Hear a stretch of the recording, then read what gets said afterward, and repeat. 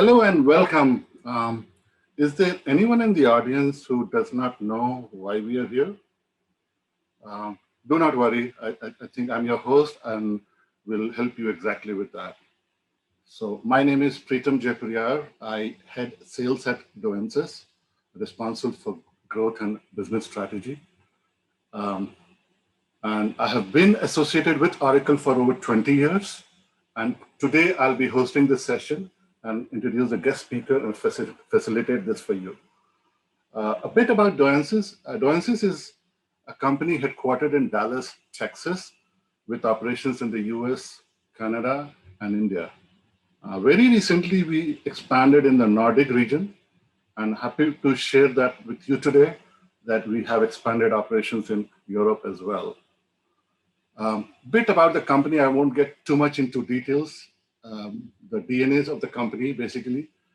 At Doensis, we love our people. So for us, it's people first. Next, obviously, we admire our customers, and we are really passionate about Oracle technologies. Anything to do with Oracle, it ignites an average join in the company. That is who we are. And the objective of this session, the Oracular session, this webinar, is a series that is being done, which is being sponsored by Doensis for over a year now. And the idea is to share knowledge, to build a community of Oracle experts and share experiences and learnings from the industry, from the businesses, so that all of us leverage our expertise better and help other businesses, other customers, whether they are a developer or a techie or a decision maker like a CIO or a CEO, they get help to make use of their investments and make the use of their digital transformation initiatives. So much so about Doensis. Now I would like to take the opportunity to introduce our guest speaker, a very kind of Mr. Udit Pahwa. He heads information technology at a company called Huhtamaki. Huhtamaki is a global concern, global company which champions and is a leader in packaging solutions. And I will let Udit talk a bit about it in his session. In today's session in Oracle Apex, Udit will touch upon how it helps and how it can be leveraged to expand the capabilities of your enterprise applications. And he's going to talk about case studies and walk us through that. Udit is based out of New Delhi. He heads the IT department of Huhtamaki, obviously been responsible for a lot of transformation initiatives. He has been in this Oracle space for more than 20 years. In his past life, he worked at Oracle and has been in leadership positions for quite some time. So he knows the stuff. He has seen that, been there kind of a person. So we will be hearing from the horse's mouth, so to say. And before I hand over to Udit, a question for Udit. I feel free to answer this. If you don't, we can take it up later on. But I was going through your profile and I figured out that you were a commerce student. You became a chartered accountant and then a CIO. Just was curious about this journey. Can you just throw some light and jump onto your session? Over to you, Udit. So thank you, Preetam, for the introduction. First of all, a very warm welcome to all those who are participating in this webinar. I hope you have some useful takeaways from this session. I'll begin with introducing Huhtamaki and then come to the journey of, from BCom to IT. So Huhtamaki is a global leader in packaging solutions. We have two lines of packaging. One is flexible packaging, which is most of you all use on a daily basis. So all the packaged foods that you consume, whether it is pulses or packaged rice, packaged cereals, all the namkeens, chocolates, confectionaries, biscuits. So any packaging which is flexible in nature, which you can bend easily, is what we do. And the other part is food and fiber services. Food and fiber services, if you buy any frozen meat or cut vegetables from the supermarket or you buy eggs, they come in a very fibrous base or a solution or a packet. So that's what we make. And most of the paper-based products in the quick service restaurants. So a takeaway meal in McDonald's, for example, or Burger King. That's also what we do. We supply to airlines. So the next time you're drinking a cup of water in Indigo or Go Air, that probably might be in a paper cup which is made by Huhtamaki. That's what we do at Huhtamaki. We offer packaging solutions for most of the FMCG companies across the globe. We are present in 35 countries. In India, we have currently 16 plants where we manufacture different products spread all over the geography of India.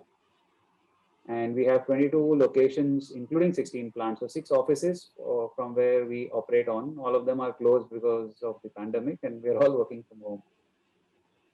That's about Huhtamaki.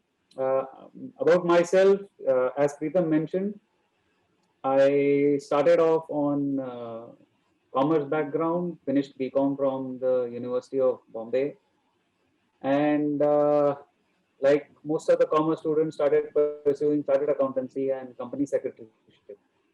And during my audit days, I used to see the software. So we had also our audit firm also had a software firm, and most of the people may not have heard, but those in the accounting profession, there was a software by the name of FACT, F-A-C-T, which was a very popular accounting package before the likes of Tally came in. And we used to use that application in most of our audit clients. And I used to see it was FoxPro based. So I used to see the developers, I used to take out ledgers and scrutinize everything, take out data manually. And if I had any queries, I used to go to the developer who used to, on a very small pop-up window of the FoxPro, just furiously type in some commands and used to get the same data. So that kind of, fascinated me, saying that I'm spending so many hours on finding out some information, and here he is typing in a few commands and getting the same thing in a matter of minutes. So that's where my brush with technology happened, and then I took up my career in various organizations where I was involved in implementing solutions for finance and accounts. So like there was a custom developed ERP on Oracle technologies. It was Forms 2.5 in those days. Developer 2000 was used. Yeah. And when I joined a company called Global Telesystems, which is now called GTL, it was a telecom service provider and ISP. They decided to implement Release 11, and I was made a part of that project, to head the project from the client side.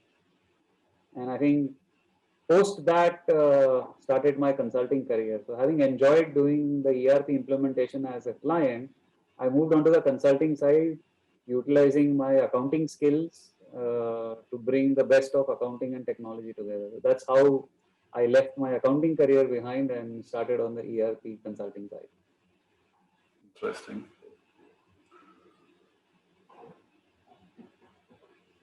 So, should I start with our topic of today? What's the secret sauce of Apex? Absolutely, Udit. We are all waiting for you. Let's get started. Let's unleash the secrecy behind that. Just give me a minute. I will just share my screen. Just give me a minute. And while Udit is doing that, a few rules. I'm sure all of you are aware of this. At least 1 year of experience, all of us have. All of us will be muted. And if you have questions, you can post your questions in the chat window. We'll be monitoring that. And if time permits, we'll answer some of those. If not, we promise that we'll get back to you with the responses through email or something. So once again, a formal good evening, everyone. So today I will be presenting how we have leveraged Oracle Applications Express, or Apex for short, as it is called, and how we have successfully resolved business applications and needs which are not directly available in the ERP. So we took a strategic decision that rather than making a lot of custom forms and custom processes and workflows inside Oracle using the native Oracle technologies, let's look at something which is faster, easier, and a more modern. If I have to, now it doesn't mean that Oracle is primitive, but a more modern technology to use, which can be plugged in and easily available, workable with Oracle eBusiness Suite. So we use Oracle eBusiness Suite as the core ERP, and we looked around for the modern low-code platforms, as they are called, and we zeroed in on Apex being a natural extension of the Oracle technology. We did look at a couple of other options as well, but we found Apex to be pretty easy to use, easy to deploy, easy to develop, and easy to adopt. So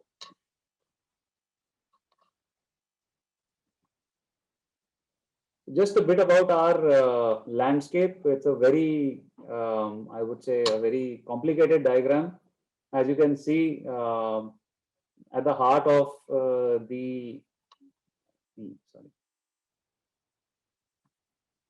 at the heart of the applications is our Oracle eBusiness Suite, and there is a periphery of a lot of other applications that we use. Some are connected, some are disconnected. And Huhtamaki in India has grown by making a lot of acquisitions. Till date, they've made 6 acquisitions. With each acquisition came its own set of applications. And that's why you see a heterogeneous mix over here.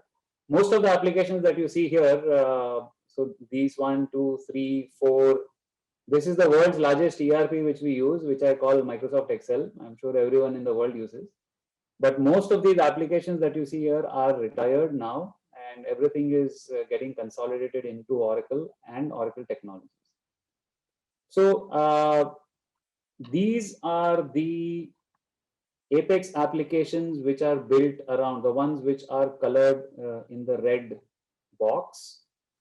Some of them are integrated in a two-way communication with the ERP. Some of them have a one-way communication, and some of them are standalone. This is going to be the genesis of what I'm going to cover in today's presentation. So as I mentioned, currently we have a set of standalone applications and a set of integrated applications integrated to the ERP. I'll be covering each of them in a bit of a detail with what has been the use case and what is the business function that it caters to and what business problem did it resolve. So just a little bit on Apex in case people are not aware of the application.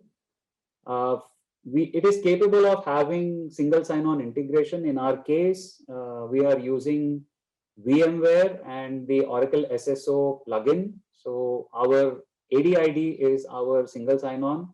There is no username password. You simply click on the URL and you're logged in. So that makes it easy for the user and easy for the admin to maintain, because there is no password reset, there are no forgotten password requests, etc. We have built role-based access for every application and as per the business requirement.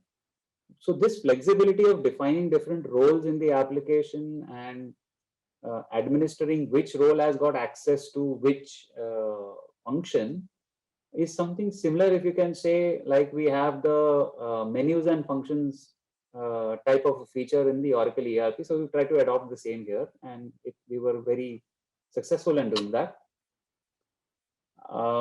Virtually free of cost in terms of software license. When I say free of cost, in case any enterprise has bought the enterprise edition, any company which buys the enterprise edition of Oracle license, you are free to use this application for development and production both. There is no additional license cost for using Apex, provided you buy the enterprise edition of the application of the database.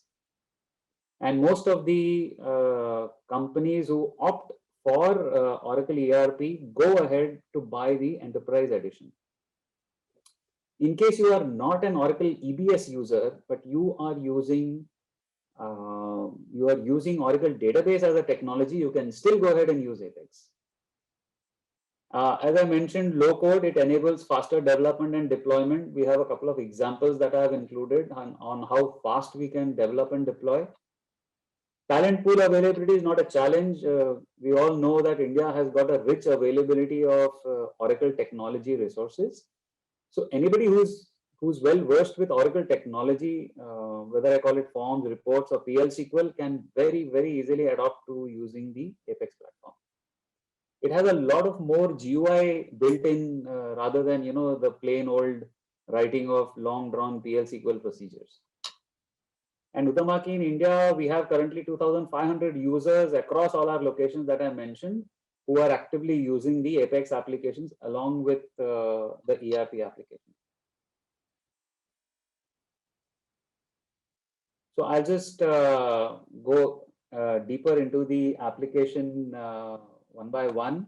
In case you all have any questions, please feel free to put your questions on the chat window, the Q&A window. We'll take up the questions at the end of the session. So this customer centricity is an application that was created when government announced the lockdown. And our CEO wanted to record the act of customer centricity, or somebody who went an extra mile to give customer delight or fulfill any customer requirements. And on a review meeting on Friday afternoon, the CEO said that it will be good to have, we can maintain this in Excel, but it will be good to have an application which will help record all these acts and which will be freely available to any employee of Huhtamaki. So this my team built this application over a period of just 2 days, over a weekend. So it was that simple, where it captured, it was a simple application which had about 12 to 14 fields that somebody had to enter or select from a drop down. However, the agility that it gave us, that on the last working day somebody said something, and on the next week we were ready with the application. It gives you a lot of speed to develop and deploy applications. We used Apex as our ERP help desk. So anybody having any issues, some Aura error being faced, or some record stuck in interface, or somebody wanting to ask how do I do this, somebody wanting data extract, whatever may be the case, we follow the help desk ticketing method, and we use the Apex application to build the help desk. And this was also integrated with Outlook to send notifications for every step of the ticket which was logged. So a ticket getting logged, resolution being provided, ticket being closed. It was all integrated to send the notifications to every user. And it helped us to gather all the details for our ITGC and IFC compliance when the audits take place on an annual basis. While this tool was used for 3 years, in 2021 start, we had to retire this tool because Huhtamaki has globally migrated to an ITSM tool. So now across 35 countries, there is a single help desk tool, and our ERP help desk has migrated to that tool. But we sure are missing this simplicity and ease of use for this ERP help desk tool. Business excellence is nothing but the productivity improvement projects that are run in a manufacturing setup. It also goes by the name of TPM, which is Total Productivity Management. Prior to building this application, we had about 250 users of TPM and BE, as it is called, and everything was being done in Excel. Every project that was being run, so the life cycle of the project is for about 3 to 6 months, and the productivity enhancement and efficiency gain is monitored for the next 12 months after the project is completed. So on an average, 15 to 24 months is the lifetime for a project 15 to 18 months is the lifetime for a project. And to monitor all this in a spreadsheet was humongous amount of effort. So at every location, the BE user used to spend 4 man days in trying to get his Excel sheet together. And in the central office, in the head office, there was a team of 2 people who used to collate everything and spend another 4 man days each in trying to bridge all the Excels together and work out all the charts and pie charts, diagrams, and all other data to present it to the management. So we got together with the BE team. We filled out a complete specification, document, put in a complete business requirement, and we built this application from ground zero. And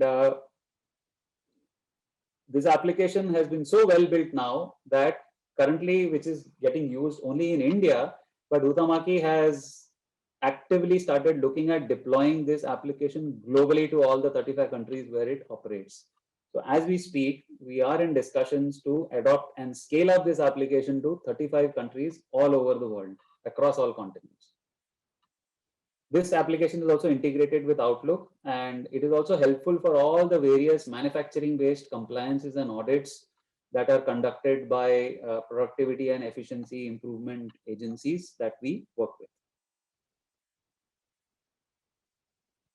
The next one is 5S. So 5S is the well-known Japanese technology of productivity improvement.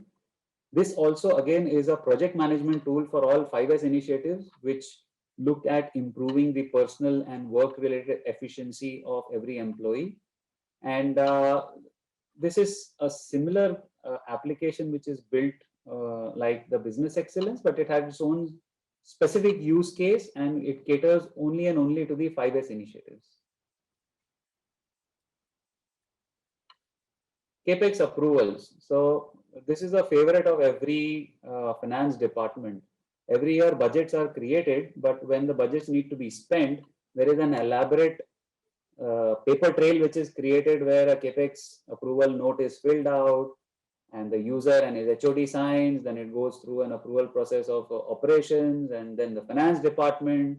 And once everything is signed, then the system entries start.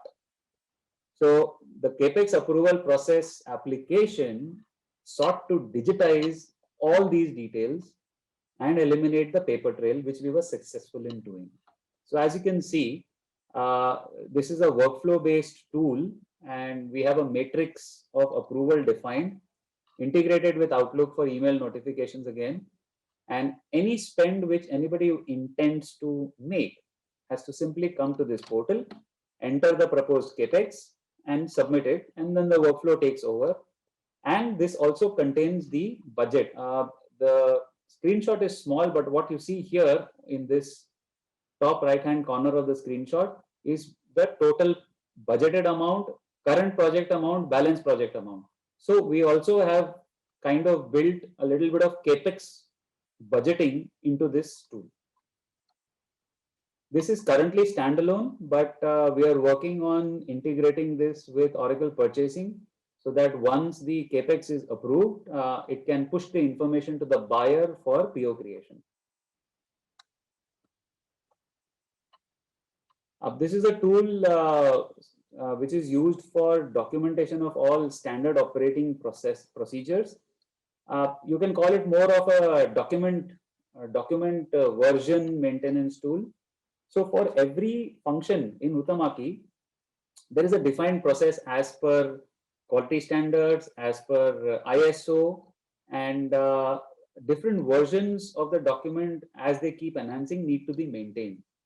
So this was traditionally being done using, create a file server, map the shared drive, and keep posting the documents in file folders over there. It gave the challenge of an audit trail because in the end, it is a Windows shared drive. So anything can happen. So we needed security of the document. We needed a trail of who has created and updated the document, etc. So that's where we decided to use Apex, and we built this tool to maintain the different versions of, so it's kind of a VMS, but the business calls it DMS, document management system. But people who are familiar with the coding processes, we use VMS to check in and check out our code, which appends your versioning to the code. So this is something similar to that manner. So this was the list of standalone applications. Now I will quickly walk you all through the integrated applications. We have built an application called Price Panel. So typically in Oracle ERP, whenever you use purchasing, you have to enter. So if you're using advanced pricing for purchasing, you have certain limitations in terms of defining the price for an agreed set of items. Let's say, for example, I want to buy at the inventory category level or one segment of the category level. This kind of control on pricing is not too user friendly and straightforward when I use Oracle purchasing. So we built this application where we enabled one attribute, a custom, I would say, inventory category called as price panel category, which was attached to every item that we created in Oracle.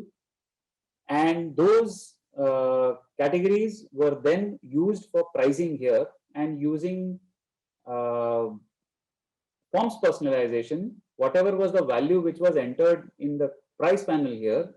So price panel, essentially, if I need to explain in a layman's language, this is nothing but the contracted price which is entered with our vendors. Now you can say I can use blanket purchase agreements.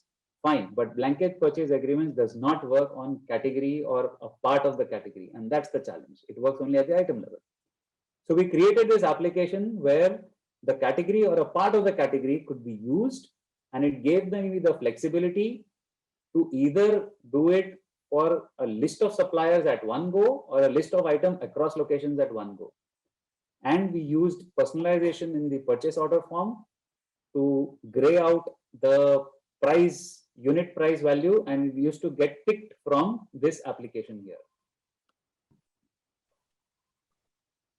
And one common attribute of Apex is it is workflow enabled. So all the applications that you are seeing have got built-in workflows for processing the data. Rebate notes. So this is typically, I would say, an application built for giving credit to a customer. So whenever we have any quality complaint or any incorrect billing done, if the price is incorrectly overcharged to the customer, or any material is short shaped, or whatever may be the case where a credit needs to be passed on to the customer. This application is built, which is integrated with Oracle Receivables for automated creation of credit note. So what happens is whoever intends to give a credit, pass on a credit to the customer, creates an entry, and there is a matrix of approval based on the amount, based on the product, based on the plant. There are about 6 attributes that the workflow goes in the route of approval. Once it is approved and finally finally approved, at the push of a button, it gets created as a credit note in Oracle Receivables. Earlier, this was again a paper-based trail where a credit note application used to be filled out with a lot of papers being attached, and then that paper is to move through the physical world from table to table, person to person getting approved. Once this application was gotten, we were able to keep the papers aside and everything was happening through the electronic medium. IT asset management. So this is an application which is built for the IT team, and essentially this is used for monitoring, maintaining, reporting, and accounting of any asset which the IT department uses, including all desktop and laptops provided to the users. So tool to maintain IT assets integrated with FA module, and we have also built a 1D barcode printer along with this. So we typically print the asset serial number in the form of a barcode, and we stick it on top of the laptop, and that is used for inventory tracking as well. So whenever a new laptop is purchased, my team comes here and creates an asset, and it sends a notification to the finance guy. he puts in the date placed in surveys, and then it goes and creates the assets in the FA book.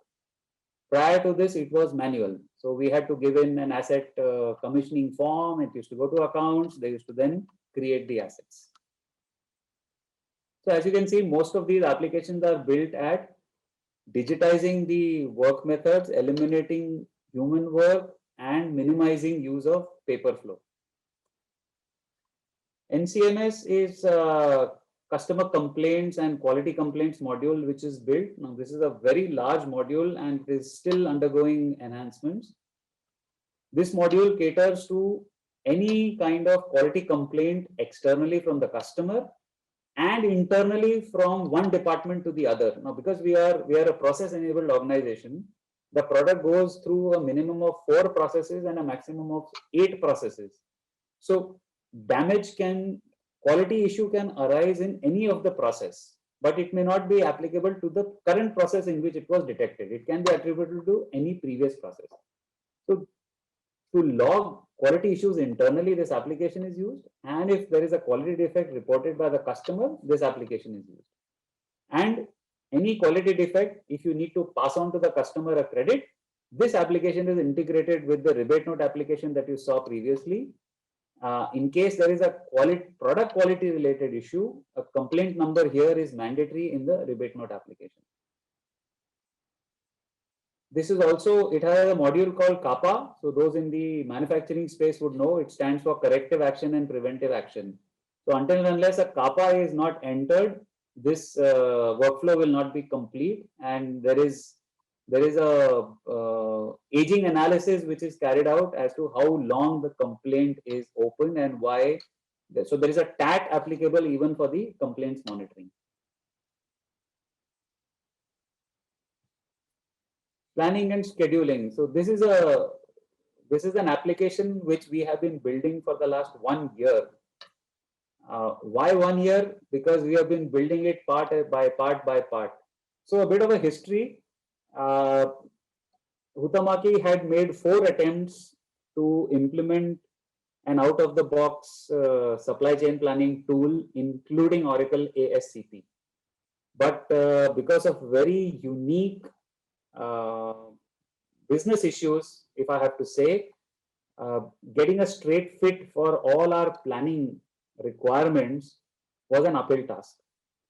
So the team and business decided that if we cannot use an out-of-the-box solution or a off-the-shelf solution, let's build our own. And that's where this planning and scheduling application was born. So currently, in the current shape that we are running, this is more of a scheduling execution tool where I use the current orders on hand and I schedule them for production. So if anyone has used Oracle Production Scheduler, PS, if you remember, if you've used it, it allows you to drag and drop your sales order lines or your production orders across your machines, across your shifts. We actually built that application functionality using Apex, where my production scheduler can just drag and drop up and down the schedule and across the machines. And right now we are backwardly integrating this to give us the forecast.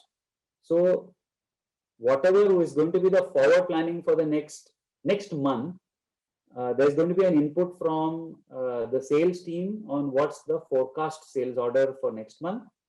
And we will be using the BOM to generate the MRP for that forecasted orders, and then it will get into the execution mode. So this is the part that we are developing. We've developed the scheduling part, and it is well being used. So in some way, we can say that this application is, in the form of an ASCP and MRP and production scheduling, all 3 put together. It's a very large application, and it has a lot of data and multiple users. The ultimate output that we get from this, the analysis that we get is, we get to know what is the plan versus actual production. So I may have planned a production for, let's say 24 hours, but I have actually produced for only 22 hours. So where did we lose 2 hours? That's the kind of analysis that we get from this application. Plus, it is a a real-time dashboard where anybody who has access to his order can get micro level status of the job.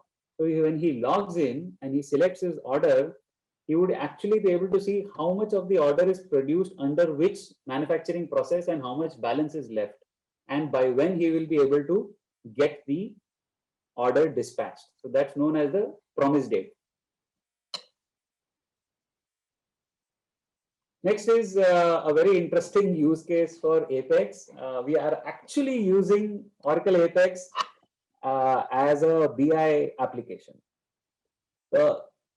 Since this is sitting in the same schema of our ERP database, we have created, let me call it materialized views, which keep getting refreshed every half an hour from the ERP.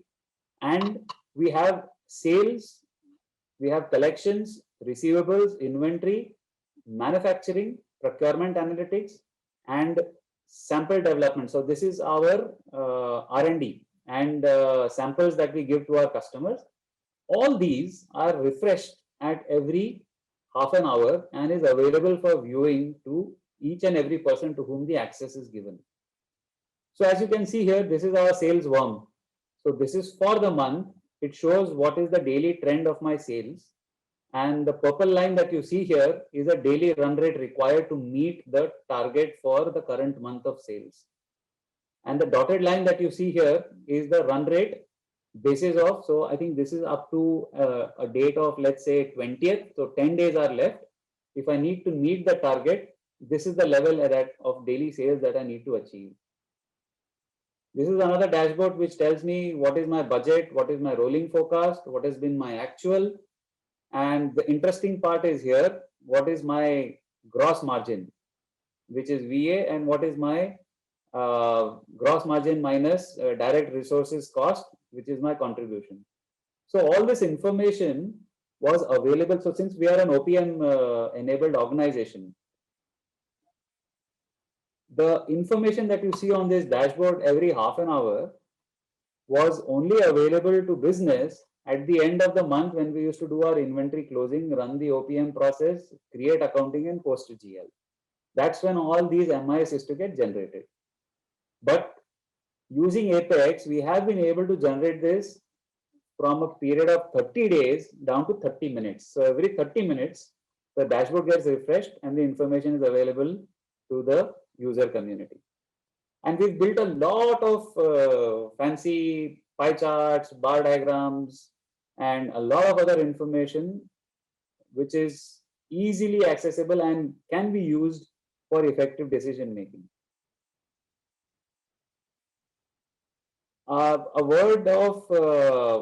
word on this BI dashboard.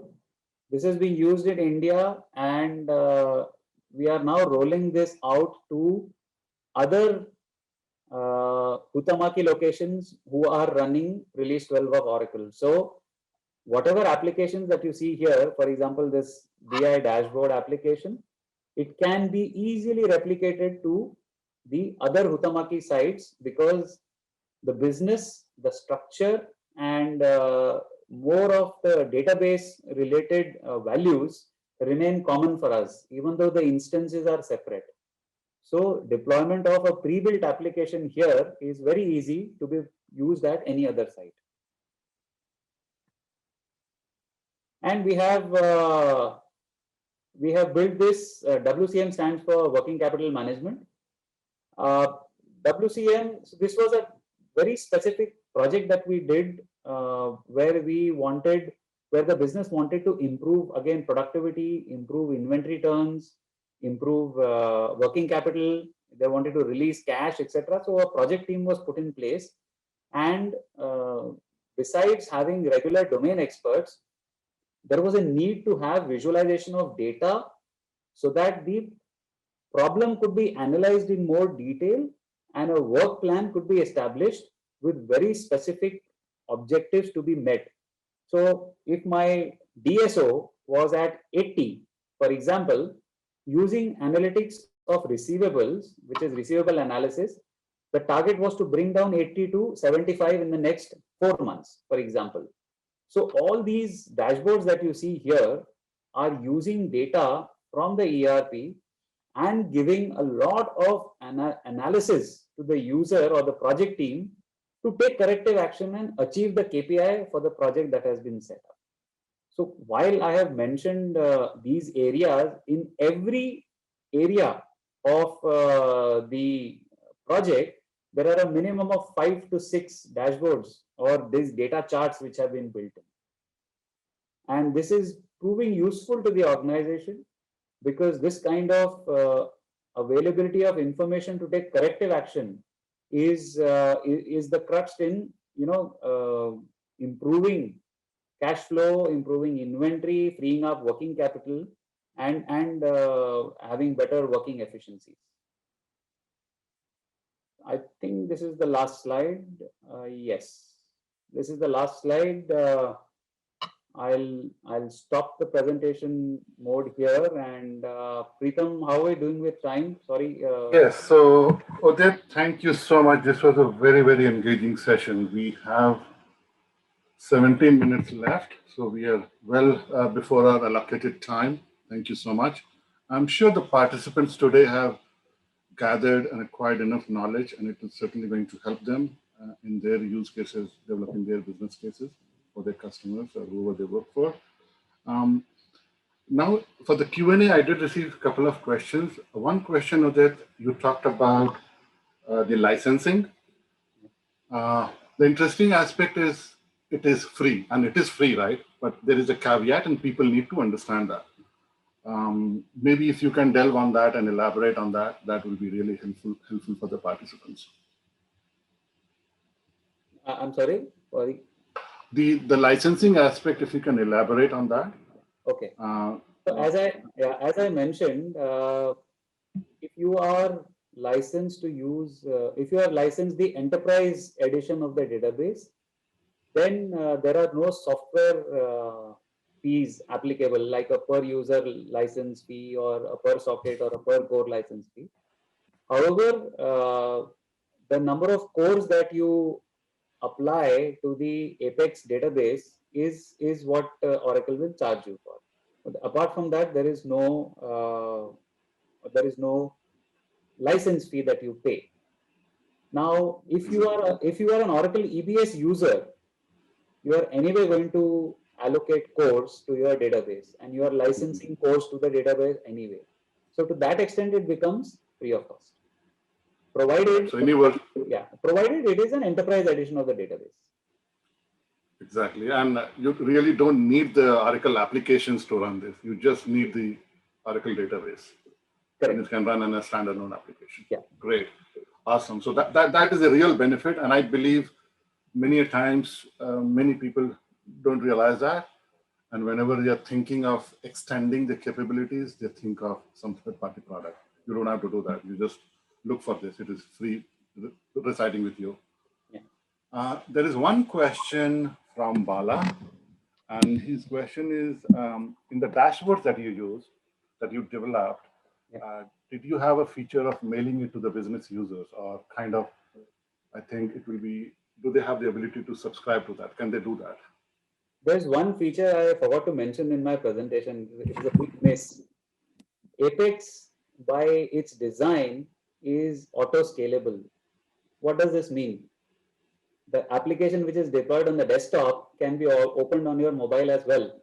And the form factor will auto-scale itself to fit into the mobile screen. So all the applications that you saw, which I gave in my presentation, are also available on the mobile to every user. So that's the beauty of Apex. You don't need to have a separate code for mobile and a separate code for the desktop. And regarding emailing of the dashboards, yes, that feature is available.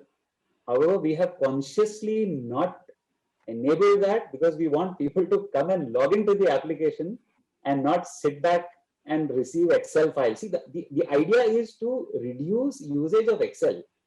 What happens is the moment people start receiving dumps of data, then they will start massaging the data on their own. And the whole essence of the application being the single source of truth is lost. So that to answer that question, yes, emailing of these dashboards is available. However, we have not enabled that feature consciously. awesome. That is a great response, I think, as to why you should not be doing that too much, right?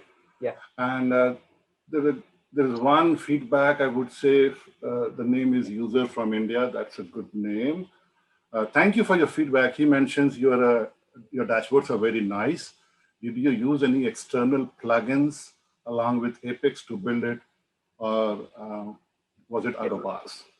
Yeah, so depending on what functionality you want, there are a couple of plugins, a couple Java plugins, CSS plugins. So depending on what is your use case, there are loads of plugins available to be used by Apex. So we have used a couple of plugins, and they are not licensed. In case you are wondering whether you'll have to separately license a plugin, most of the plugins are available free of cost for development and usage.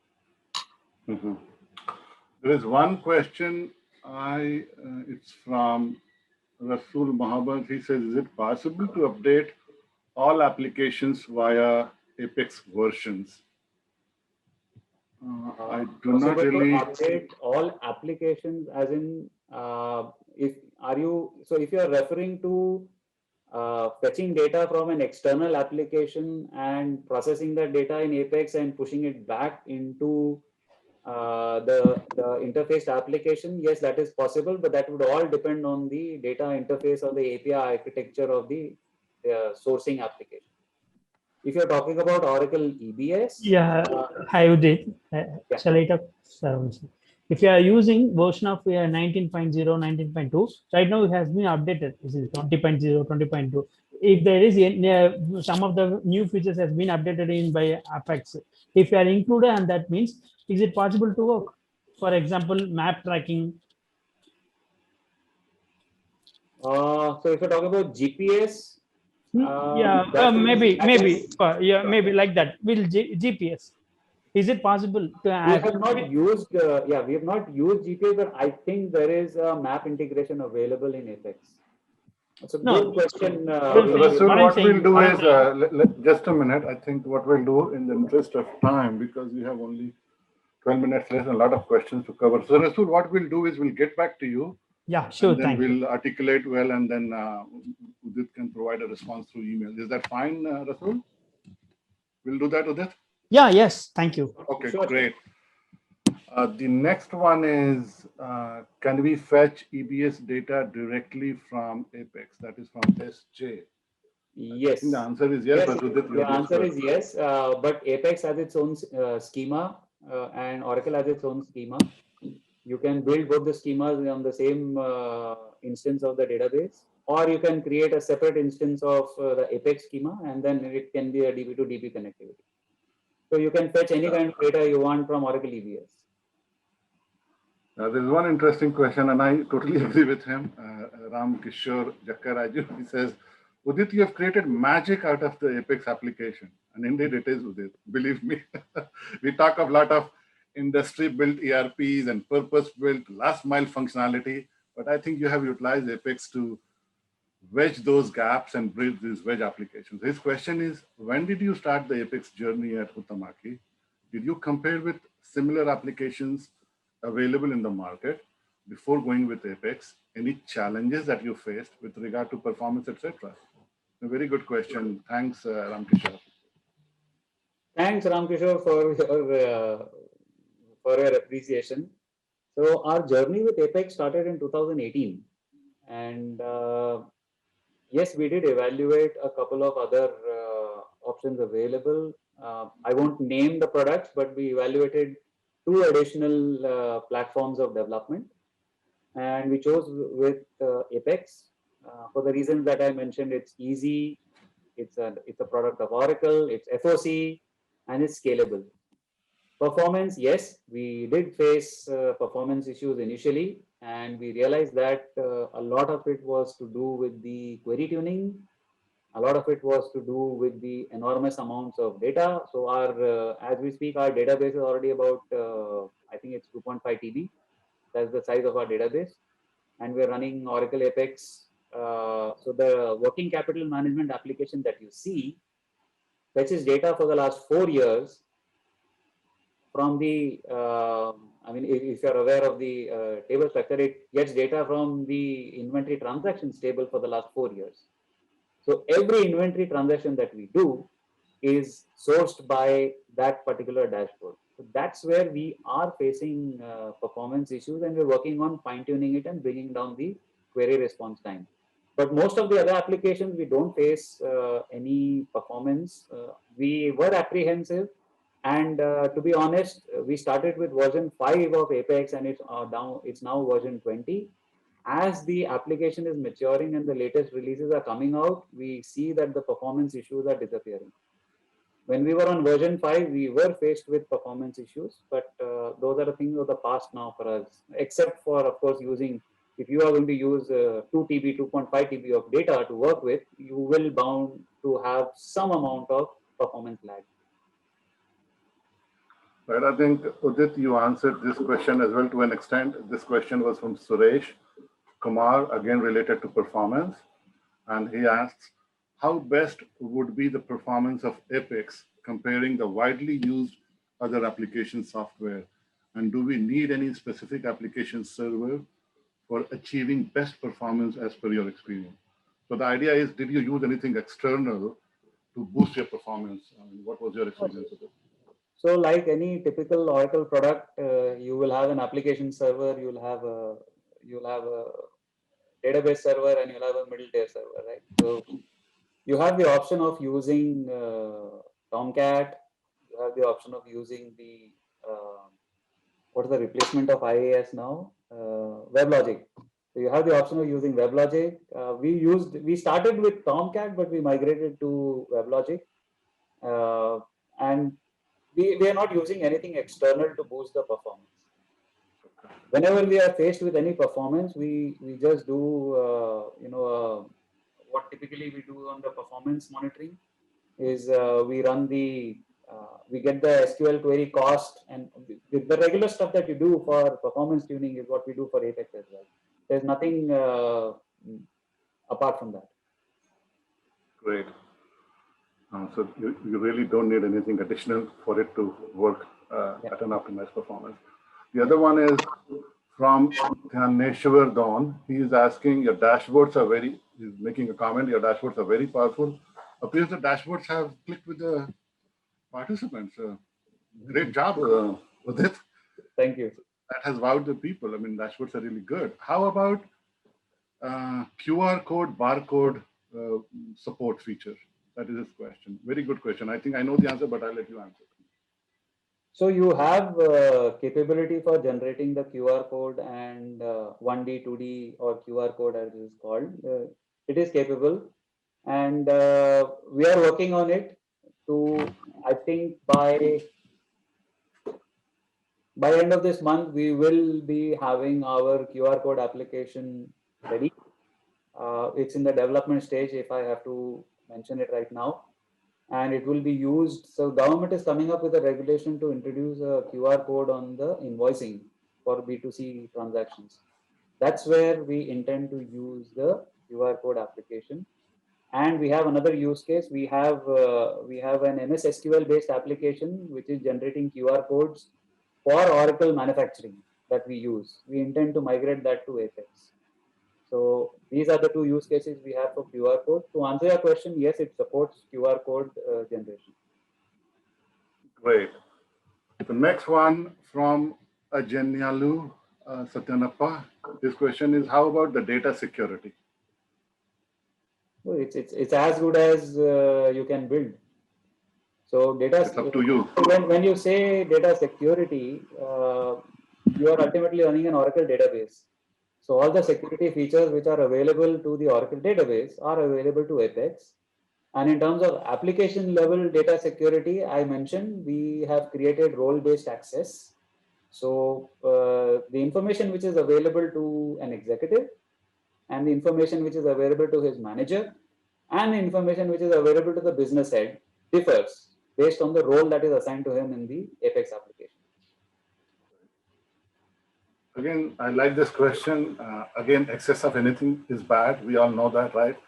But this question is very pertinent. It was going through my mind as well. If you overdo something, then where is a balance, right? You have to strike a balance between a bolt-on or external builds versus using the core functionality. That is what we preach all of our enterprise application owners. So the question is, are there any use case that you think is not a good fit for Oracle Apex? Honestly, I I know haven't. it will be a tough question for you. I could realize that it will be a tough question for you. You have been such a passionate owner of Oracle Apex. So in my limited journey of Oracle Apex that we have been for the last 3 years, I don't think there has been any non-use case for Apex. So Apex, if you compare it, if I have to take names, if you've heard of OutSystems, if you've heard of Groot or such low-code platforms as they call it, so Apex is another low-code platform. You can build anything you want. So it's I would say the bad use case. Now, Udit, the bad use case will be something like the function is already available in your core application, and you're trying to replicate it just because you want to meet one unique requirement, right? Fair enough, but if it is not really unique, not mandatory for your business, and you're doing it just to appease yourself, then I would say it's not a good use case.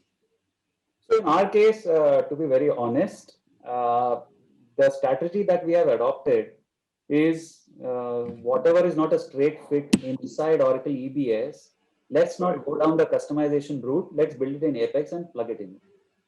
So, so Apex is acting as a supplementary extension of application code to Oracle ERP. Yeah. So I think user from India, again, that name has stuck in my mind.